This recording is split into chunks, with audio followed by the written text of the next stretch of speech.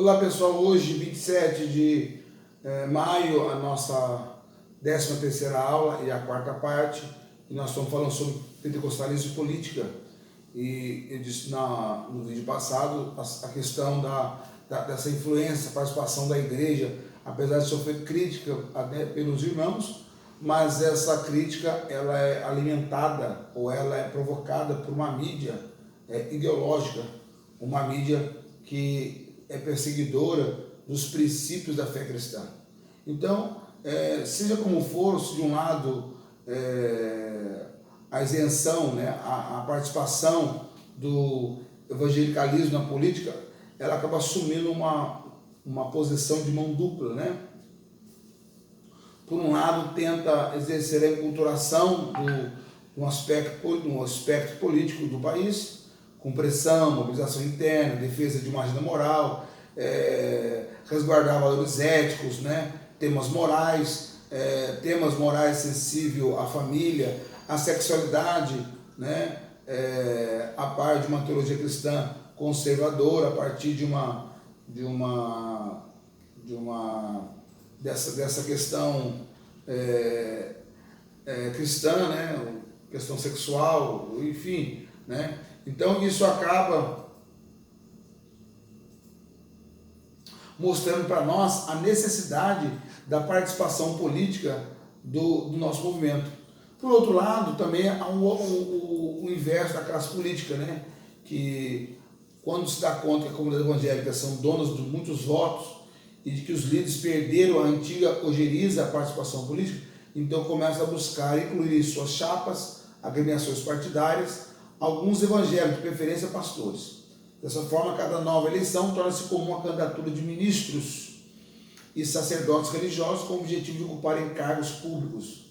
Existem casos também de organizações religiosas que prestam apoio a partido ou a candidatos que estejam alinhados com as suas diretrizes morais e espirituais, considerando essa nova dinâmica social e a relevância do assunto. O relacionamento entre a religião evangélica, política e eleições passou então a ser objeto de diversas pesquisas no campo acadêmico. É lógico que essas pesquisas no campo acadêmico, elas não conhecem nada de maneira profunda, porque eles acabam pesquisando o que os jornais dizem, o que a televisão diz, o que a revista, o Magazine diz, e não pesquisa, não existe uma pesquisa de campo, porque a política acontece de 4 em 4 anos. Mas a igreja trabalha 24 horas por dia. A igreja assiste a periferia, assiste o pobre, assiste o morador de rua, assiste o viciado, o drogado, 24 horas por dia. Alguns deles, alguns líderes, alguma autoridade, chega a ser injusta porque querem criar dificuldade para que a igreja sustente centros de recuperação, asilo, orfanato, abrigos. Eles não pode, porque na verdade o medo é da influência da igreja na formação da criança, do adolescente ou da pessoa, do drogado. Então eles preferem que essas pessoas fiquem à mercê da sociedade, fiquem na margem da sociedade, do que amparado pela igreja, principalmente a igreja pentecostal. E muitos irmãos fazem trabalho por fé, por amor, não tem um recurso, apesar do Estado ter uma linha de financiamento extensa para essa classe para essa população brasileira, para essa parte da população brasileira, mas ninguém tem caminho para chegar lá. Então, ou seja, o movimento pentecostal, a partir de 86, quando ele começa a migrar para ocupar um espaço político, ele não migra apenas por cargo, por vanglória, por vaidade, não, mas com o objetivo de defender, inclusive eu uso uma expressão um tanto grosseira, defender a igreja. E aí nós podemos corrigir, ele não vai defender a igreja, ele está ali para defender a instituição, porque a igreja que defende é o Senhor Jesus. A igreja é o corpo místico de Cristo, e o defensor dela é o Senhor Jesus. Mas a instituição, nós precisamos de políticos do Congresso Nacional, precisamos de políticos na Assembleia Legislativa, precisamos de políticos na Câmara de Vereadores.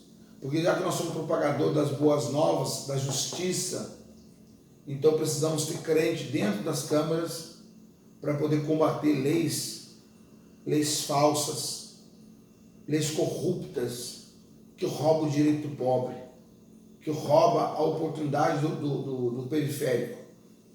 Mas eu não estou dizendo de roubar no sentido de criar leis, não, mas a questão da corrupção, de uma série de coisas, da necessidade dos crentes serem candidatos, a importância, né?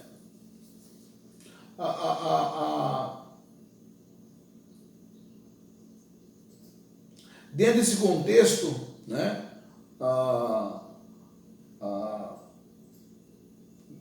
nesse contexto da igreja participar, o que acontece?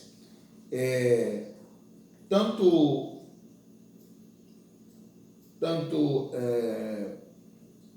Ari, Paul Fresco, Maria das Dores, Ricardo Mariano, Joanildo Buriti, Flávio Perucci, começam então a fazer pesquisas, são principais, Ari e Pedro Ouro, são pesquisadores do movimento pentecostal, só com uma visão sociológica. E essa visão sociológica, ela acaba analisando os pontos negativos, não os positivos. Ela mostra as brechas.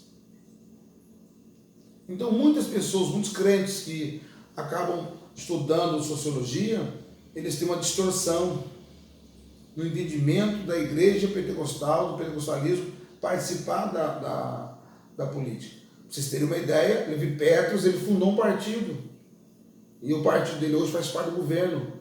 E a Suécia, no século XX, era um país miserável.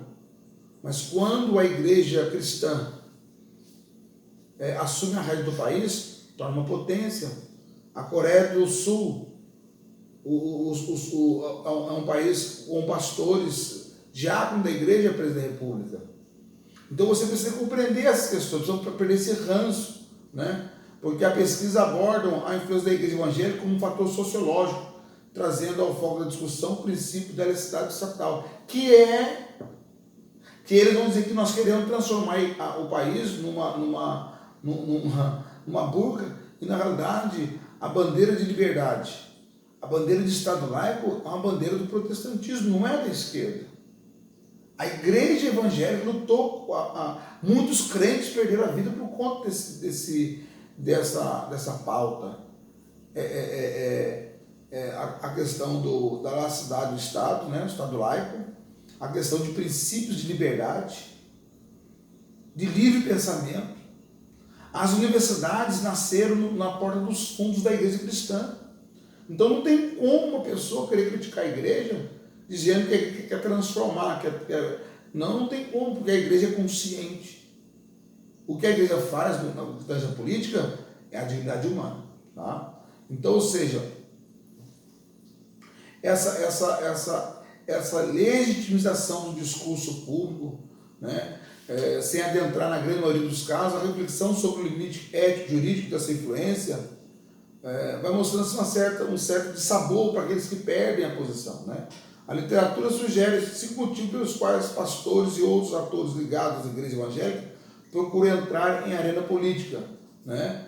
É lógico que alguns entram por vaidade, né? Não vou dizer isso, mas a maioria vão propagar o evangelho. Então nós temos 5 pontos, né? Nós temos 5 pontos em que, por que os pastores e outros evangélicos procuram entrar na arena política. Então nós temos aqui, primeiro ponto, né? Preocupação em evitar a aprovação de políticas que afetem a instituição familiar, como proibição do aborto, casamento civil de pessoas do mesmo sexo, etc. Aumento da visibilidade das igrejas no espaço público, possibilitando a exerção do debate político. Terceiro, demanda de maior igualdade por status com a igreja católica, né? Ter o mesmo direito. Busca de maior liberdade religiosa e preocupação em assegurar os direitos de livre credo, conquistar a situação percebida como sob ameaça. Né? E quinto, fortalecimento de lideranças internas da igreja, objetivo ligado diretamente à criação e ao aumento de legitimidade dentro das organizações religiosas. Estes são os pontos que a igreja se envolve em política. Deus abençoe vocês, até a próxima semana. Paz.